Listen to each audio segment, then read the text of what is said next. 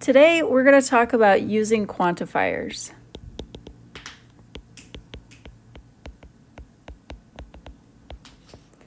And this is chapter 2, section 1 of your book. So what we saw in previous sections of the book is that an open sentence, and remember that an open sentence is an equation with a variable, right? It's open because something is unknown in that sentence, okay? So an open sentence such as x plus 3 equals 3 plus x is neither true nor false on its own. However, if the domain of the variable is specified, then you can say whether the sentence is true for a particular value of the variable in that domain, right? Remember that a variable, well, let's say it a little bit differently. The domain of the variable x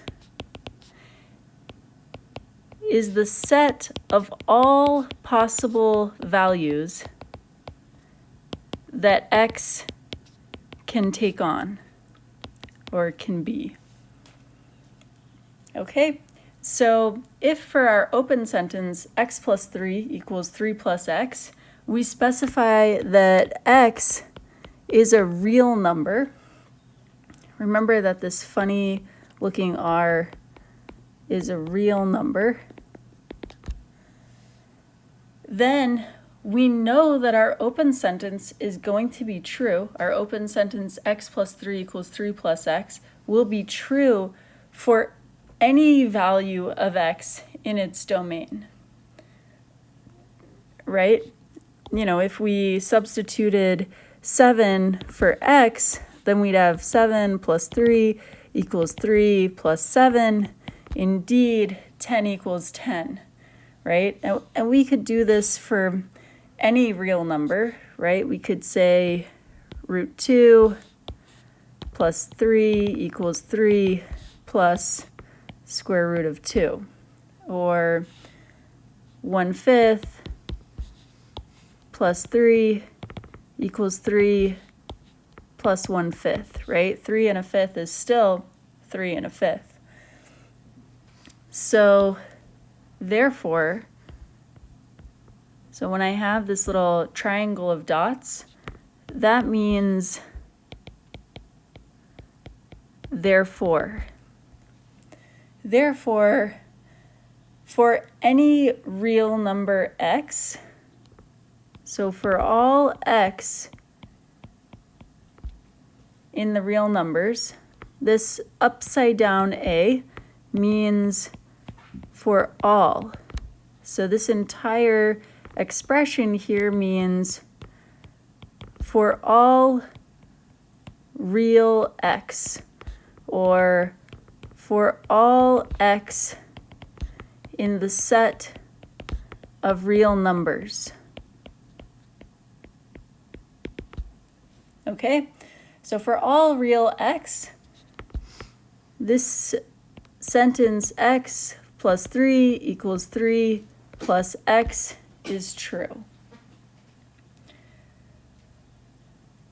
We could have also said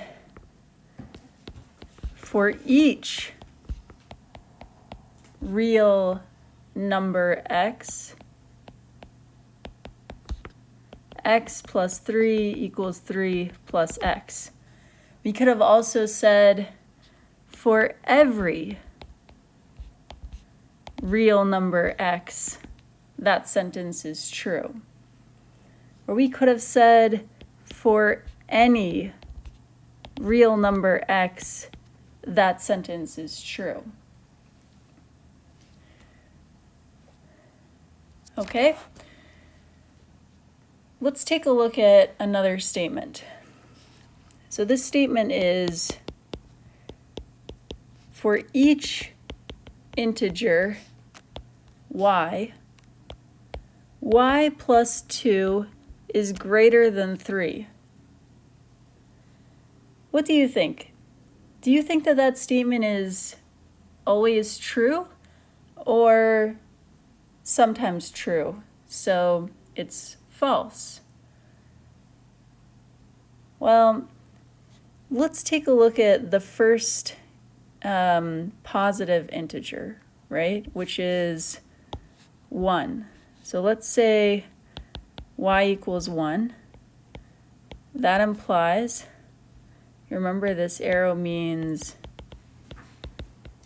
implies. That implies that sentence is going to be 1 plus 2 greater than 3, right? We substituted y 1 in for y. And that evaluates to 3 greater than 3, which we certainly know is false, right? 3 is not greater than 3. 3 is exactly 3. Okay? So that means that our original expression that we had is false. It's not for each integer y plus 2 is greater than 3. If we had the statement for some integer y plus 2 is greater than 3, that would be true, right? For some integer y plus 2 is greater than 3. This statement is true because I can think of an integer where this is true. Y equals 4, for example, right? That would imply 4 plus 2 greater than 3. This 4 plus 2 evaluates to 6 greater than 3, and that's indeed true. Okay, some other ways that we could have said for some integer y plus 2 is greater than 3 are, there is an integer y such that y plus 2 is greater than 3. There is an integer y such that, and I'm going to abbreviate such that as s period t. This means such that. That is a very common abbreviation when writing out math. Okay, so there is an integer y such that y plus 2 is greater than 3. Another way of saying this is for at least one integer y,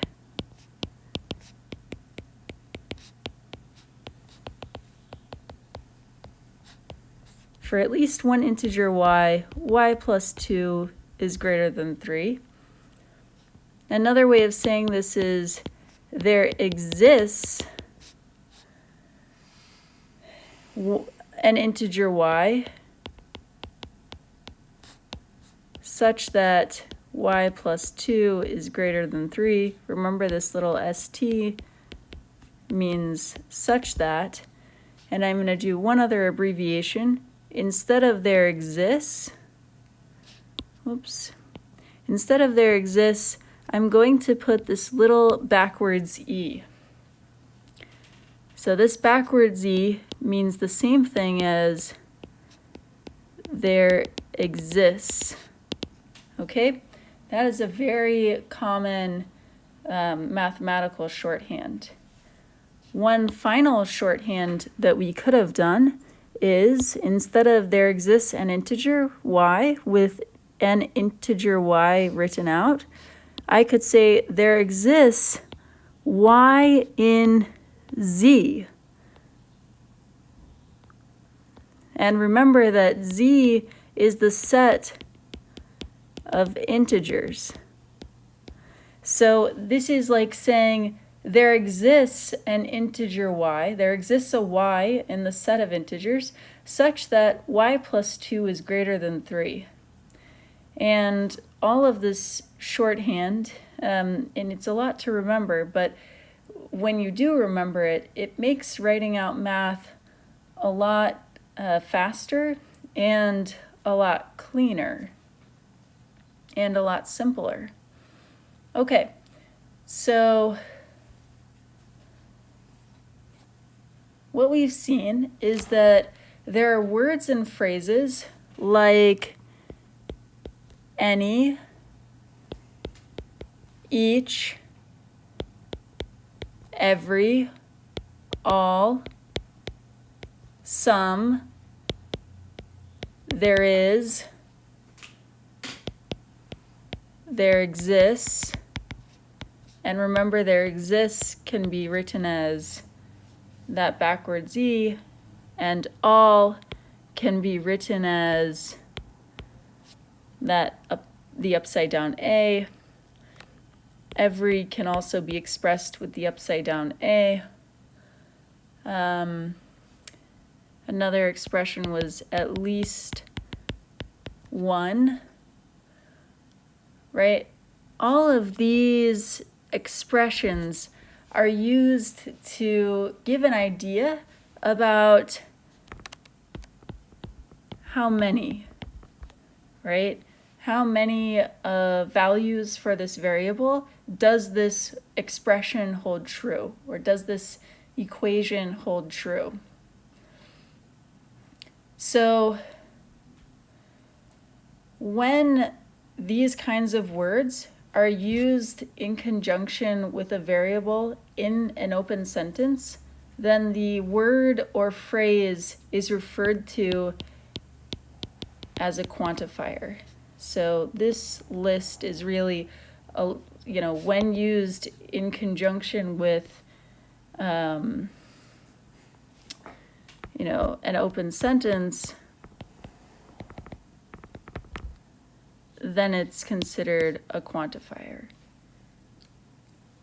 Okay, so that gives you an idea of why this chapter or why this section is called using quantifiers. It's because we're talking about when we are using these phrases here in conjunction with open sentences. Okay, let's do some examples. So in the first example, we're just going to identify whether the statement is true or false. And the first statement that we'll look at is there exists a real number m such that 3m plus 7 equals 16, right? Is this statement true or false? Well, m is a real number, so m could be anything, except an imaginary number, but we need not worry about that. So is there an m such that this statement holds true? We can just try to solve the statement, right? 3m plus 7 equals 16. We need to move this 7 over here so that we can isolate m. When we do that, we get 3m plus 7 minus 7 equals 16 minus 7, right? Where we've subtracted 7 from both sides. That's this part here. This means when we simplify, these 7's go away. This 16 minus 7 goes to 9. So 3m equals 9. Now when I simplify that, I get, and remember that this arrow means implies. And I use that arrow a lot for when I'm simplifying equations. Okay, so now I can multiply both sides by 1/3. right? When I do the same thing to both sides of an equation, I don't change the value of the equation, or the I don't change whether that equation is true or false when I do the same thing to both sides. Okay, so when I simplify this, 1/3 times 3 gives me 1, 9 times 1/3 gives me 3, and that means m equals 3 satisfies my equation. Well, then I want to check, is m in my domain? Yes, it is, because the domain of m is real numbers. So this statement is true, and I'm going to box my answer. Okay? The next statement that we'll look at is for some real number r plus 1 is less than r plus 2. Now, all we need to do is find some number where this statement holds true. Why don't we just try out 0? It's the simplest number that we could try.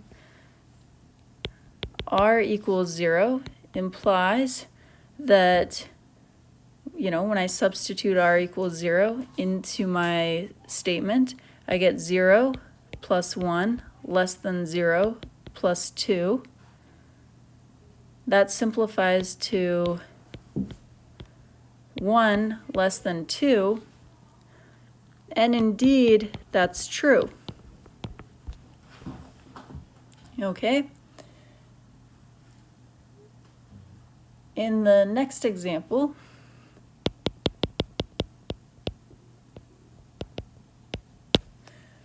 we're going to find a value of the variable that makes the statement true.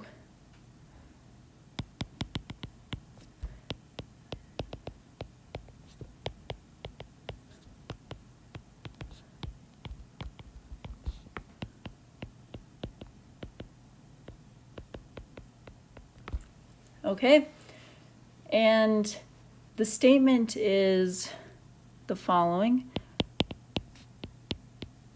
For some whole number, w, 2 plus w equals 2w. Now, remember that we had some simplifying math symbols that we could use to simplify these kind of phrases. I'm going to rewrite this phrase or this statement with simplifying symbols, okay? So I'm going to write it as, there exists some w in the set of whole numbers. So I'm going to use this funny looking w as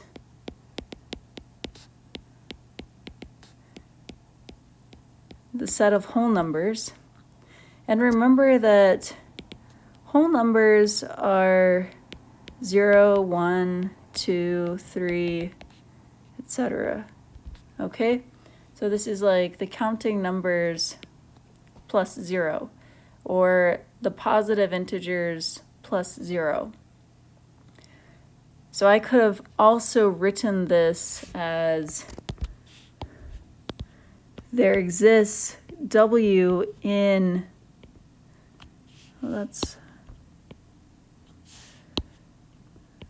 w in the set that is the union of the positive integers and 0.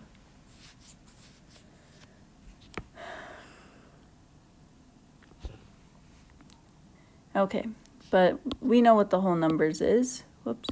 So we will not write it that way. We will just write it in terms of the set of whole numbers. Okay, so there exists some w in the set of whole numbers such that,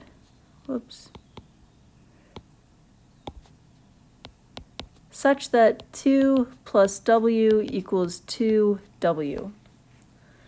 Okay, so that is the way that we could have simplified the writing of this phrase right here.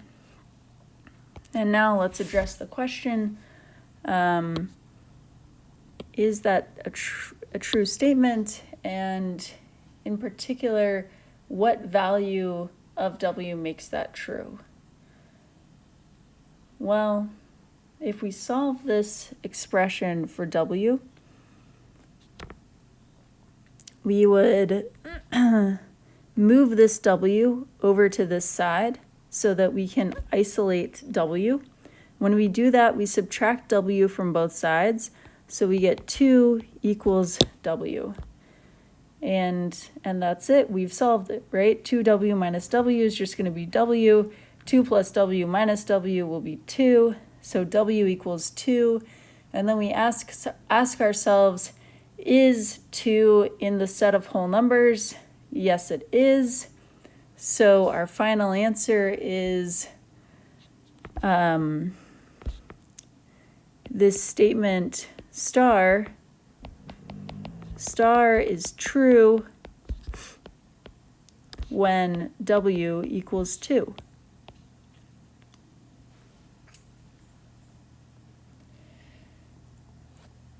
Okay, now we're going to go through some of the written exercises so that you can have some examples for when you're trying to do the written exercises yourself.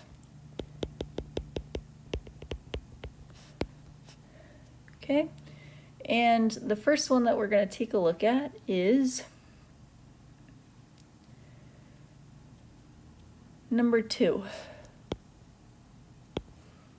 So the instructions here say find a value of the variable that makes each statement true. Find the value of the variable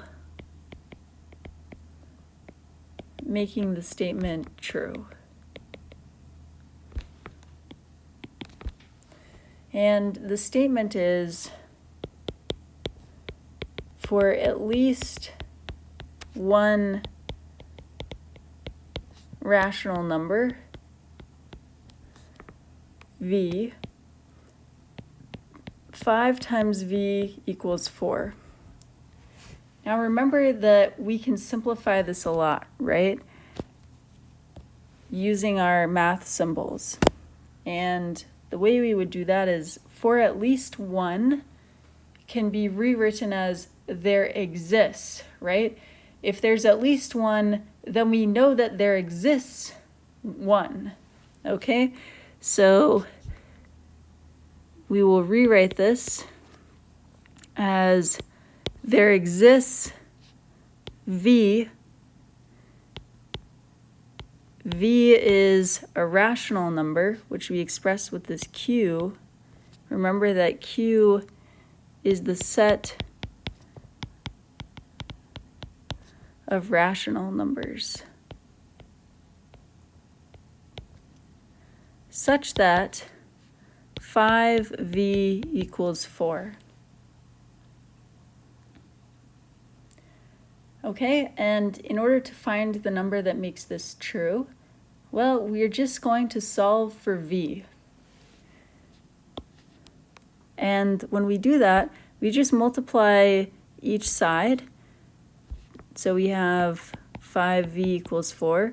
We just multiply each side with 1/5, right? And then we wind up with 1/5 times 5, which is 1, equals 4/5. V equals 4/5. That's our solution. And is 4/5 in the set of rational numbers? Yes, it is. And so we box our answer. Okay. Now we're going to take a look at number 4. So number 4 says there exists a natural number k. So I'm going to use this symbol. Remember that that symbol means there exists. So there exists a natural number k, so k in the set of natural numbers, such that, remember this st means such that k times k minus 1 equals 0. Okay, so now we need to recall what the set of natural numbers is. Well, the natural numbers are also the counting numbers, which are not 0, 1, 2, 3, and so on, right? It's the same as the positive integers. And in fact, most people don't refer to the natural numbers beyond this class. They would call this the positive integers. Remember that z is for integer, and this little plus means positive. Okay, this also could have been referred to as the natural numbers. All right, so what I see right away is that I can plug in 1 for k, right? And when I do that, I would wind up with 1 times 1 minus 1 equals 0, question mark, because I'm just trying out a value, k equals 1. And this is going to be 1 times 0 equals 0, which is 0 equals 0. And yes, that is true. So I could just say k equals 1. That worked for me. Now this was very convenient because the first value that I just happened to plug in worked. And you know, you had there was a little bit of intuition that it was going to work because I have this k minus 1 in here, right? If I had something like k times k minus 3 equals 0, well, I had this minus 3, so if I plug in 3 for k, I know that I would wind up with 0. So that's kind of the intuition. If we wanted to, we could solve this exactly, because we know that since k cannot be 0, I can divide both sides by k. So I have my original expression, k times k minus 1 equals 0. Since k is not 0, I won't wind up with something undefined by dividing by k. When I do that, I get k minus 1 equals 0, because 0 divided by anything is going to be 0, unless it's 0 divided by 0, in which case it's undefined. So that gives me k minus 1 equals 0, and when I add 1 to both sides, I wind up with k equals 1, which is the same thing that I saw from my intuition. So that's good. Okay.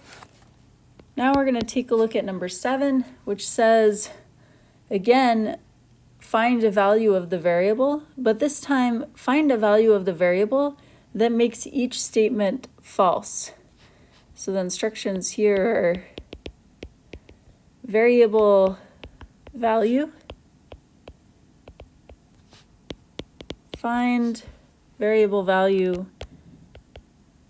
making statement false. Now, if you'll notice, when I'm solving out these problems, I generally try to write what the problem is that I'm solving, and I try to write the instructions for the problem as well as the problem statement, and then I proceed with solving the problem. And because this is a lecture, that's incredibly useful for you as the student following along, right?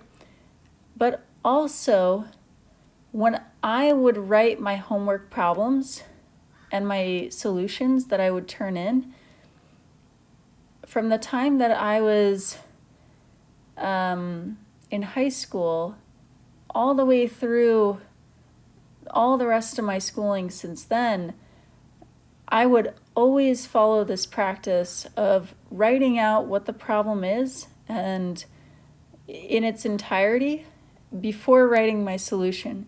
And the reason for this is that I would find it very helpful when I would want to go back and look at my problem sets to study for exams or just to review how to do something. I would have it right there, all the information that I needed about the problem, right? I wouldn't have to refer back to, page 51 where this problem was written. Now I've got to pull out my book and I've got to look at it, and then I need to read the problem statement, and then I go back and look at my solution. No. I liked to have it all in one thing. Okay? So that's something that you might also find useful. So now we're looking to find the variable value that makes the statement false. And our statement is, for all real numbers p squared greater than 0. Okay? Now I can go into my little math symbol bag of tricks and simplify this statement a little bit so that it would be less writing. I'm going to show you how to do that. So for all, remember, is this upside down A, which means for all. So for all p in the set of real numbers, p squared is greater than 0. Okay, let's try to find a value for p that makes this statement false. Let's think a little bit about what happens to a value for p when I plug it into this expression. Well, when p is something like p equals 1, that means p squared greater than 0 is going to give me is going to give me 1 greater than 0, right? If p equals 5, then I'm going to wind up with 25 greater than 0. So if p is anything that's positive, let's try a fraction just for kicks. If p equals 1/2, then this is going to be p squared is going to be 1/4 greater than 0. That's going to be true. Anything that's positive that we plug in, when we multiply two positives, we wind up with a positive number.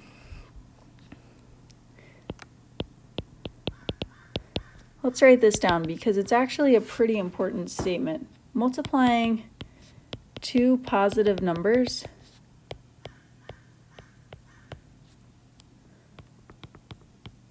always results in a positive number. Okay, what about if we plug in a negative number? What if I had said p equals -1? Well, I'm going to multiply -1 with -1, and those negatives are going to cancel out, and I'm going to wind up with 1 greater than 0. What about p equals -5? Again, it's going to be the same thing, right? -5 times -5 is 25 greater than 0. So multiplying two negative numbers also always results in a positive number.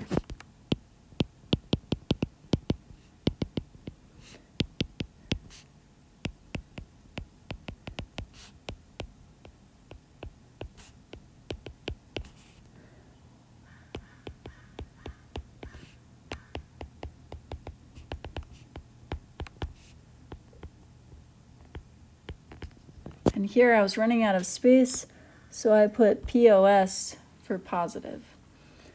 Okay, so I can't use something that's a positive number for P, and I can't use something that's a negative number for P. Well, if I look at my number line here,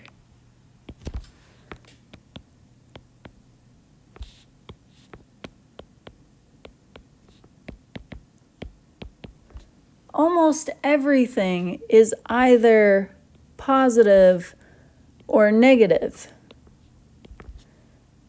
except this special number here as 0. If I plug in 0 for P,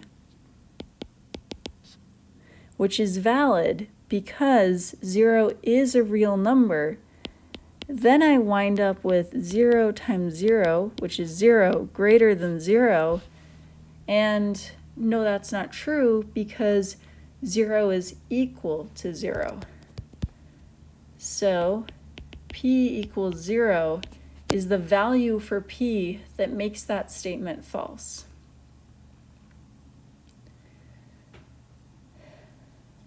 Okay, let's try one more example like this. Let's look at number 12. So this is saying for every real number n, 2n does not equal to n squared. Again, I could simplify this with mathematical symbols. For every could be written as for all real n, so n is an element of the real numbers. For all real n, 2n does not equal n squared. Now, I'm trying to find the value of the variable that makes this statement false.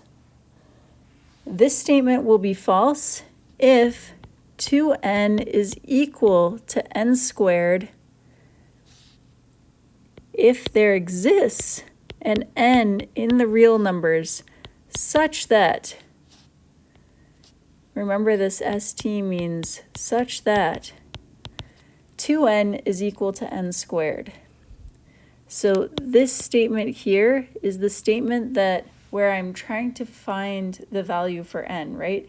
Because this statement is the opposite of the one above it. Okay, now here we can solve for n, right? We have 2n equal to n squared, and as long as n does not equal 0, well, let's first think what would happen if n equaled 0.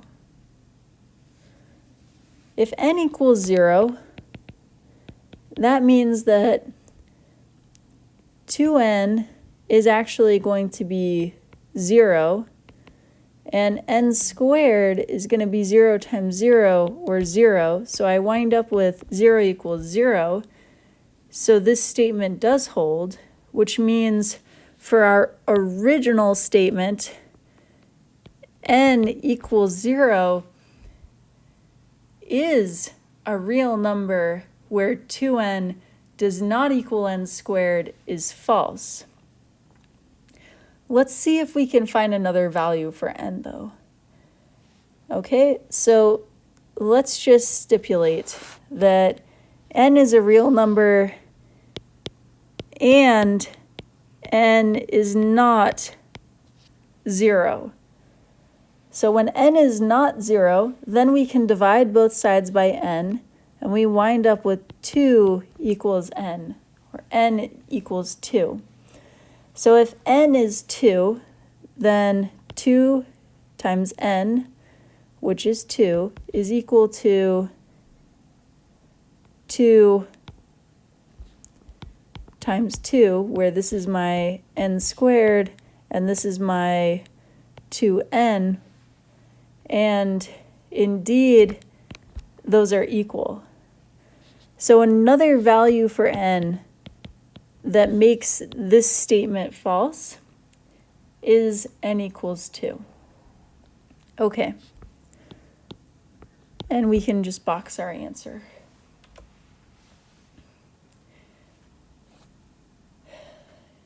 Now, we're going to rewrite each statement using a variable expression to represent the relationship between y and x.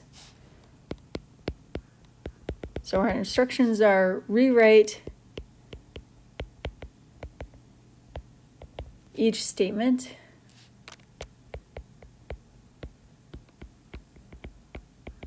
using a variable expression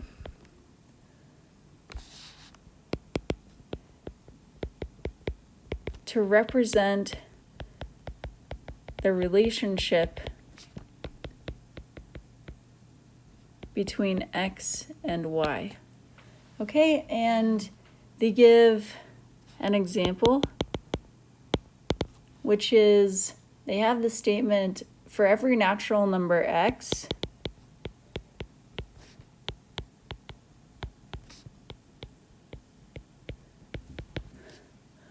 there is a natural number y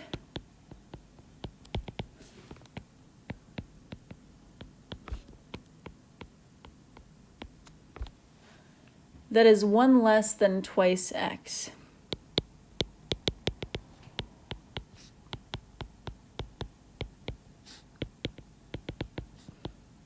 Okay, and I'm going to go one step further, and in these expressions, I'm also going to simplify the wording with the mathematical symbols. And I think that when you do these problems, you should also try to do the same thing so that you can get some practice with that. Okay, so for every natural number x, remember that for every can be written as for all, right? So I'm going to underline this for every, and then natural number x, that's going to be for all x in the set of natural numbers. There is a natural number y, so there is can be rewritten as there exists a natural number y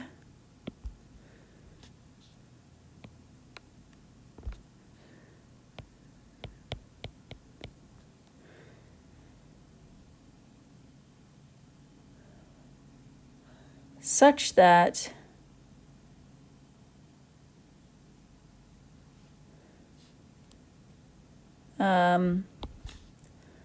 so they don't have the such that, but that's kind of implied. So I'm going to put such that, and then that is 1 less than twice x. So this is kind of the juicy part of the expression that they wanted us to rewrite. That is 1 less than twice x. So that expression has an implied such that y is 1 less than twice x. So y equals 2x minus 1, right? If y is 1 less than twice x, then y equals 2x minus 1. Okay. So if I reread this entire thing that we wrote here, it would sound like for all x in the set of natural numbers, and I'm going to highlight as I read so that you can kind of follow where I'm reading. Let's do this with yellow. Okay, so for all x in the set of natural numbers, there exists y in the set of natural numbers such that y equals 2x minus 1. So that's how I would read that, and the translation for that is identical to what's written up here. All right, let's do another example of this, but the example that we'll do is one of the problems in the book. So we're going to try number 13. Number 13 says, for any real number x, there is a real number y such that y is 3 greater than x.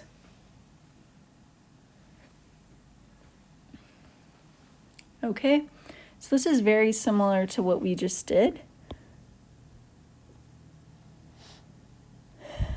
So for any, that's the same as for all. Now it's real number x, so for all x in the set of real numbers,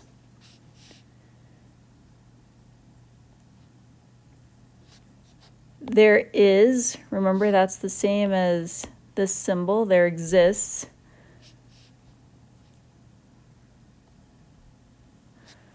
a real number y.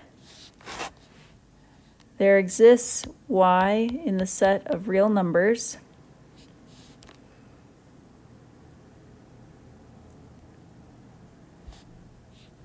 such that y is 3 greater than x, such that y is equal to x plus 3, right?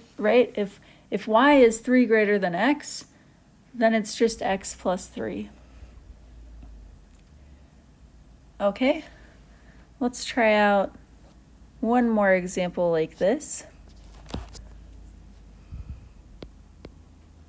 We're going to do number 19. So number 19 says, there exists a non-zero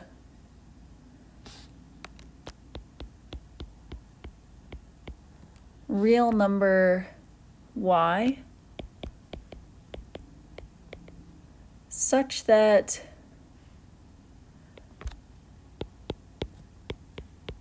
for each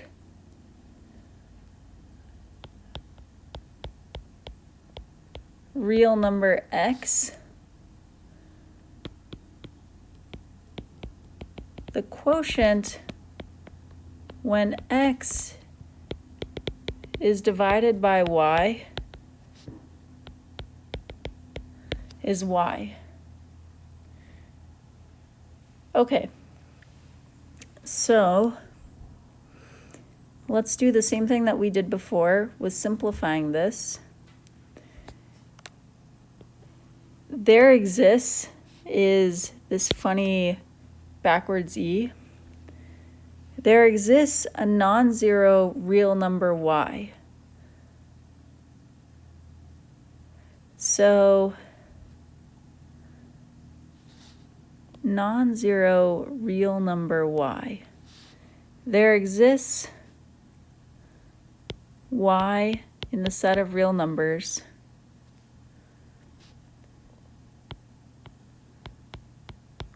where y does not equal 0,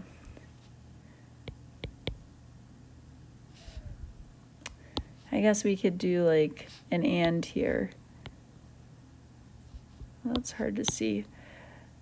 So y is a real number and y does not equal 0.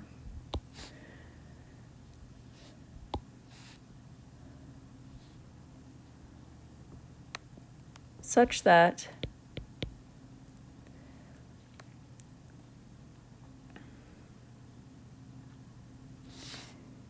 for each, so that means that's kind of like for each is kind of like for all, right? So for each of them, so for all real numbers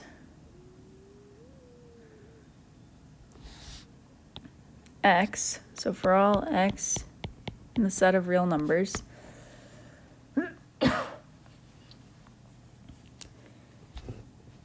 the quotient when x is divided by y is y.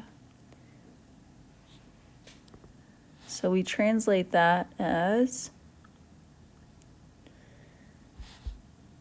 the quotient when x is divided by y is y.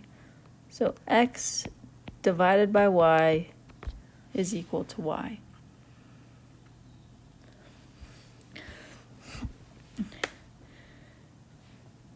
Okay.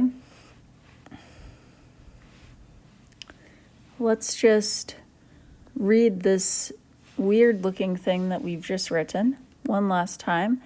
There exists some y in the real numbers where y does not equal 0, such that for all x in the real numbers, x divided by y equals y.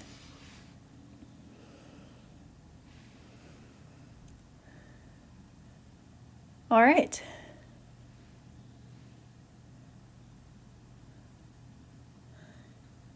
I think that's it for the examples that I'm going to do. And the problems that I think would be good for you to try to do yourself are the following. So these are coming from the written exercises in chapter 2.1. So this is to do are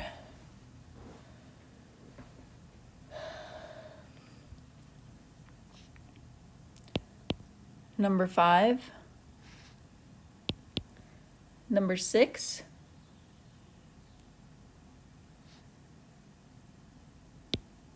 number 10,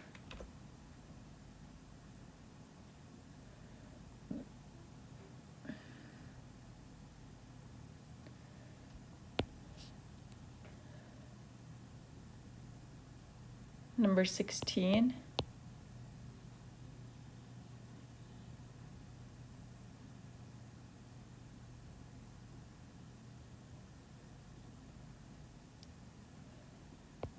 number 20,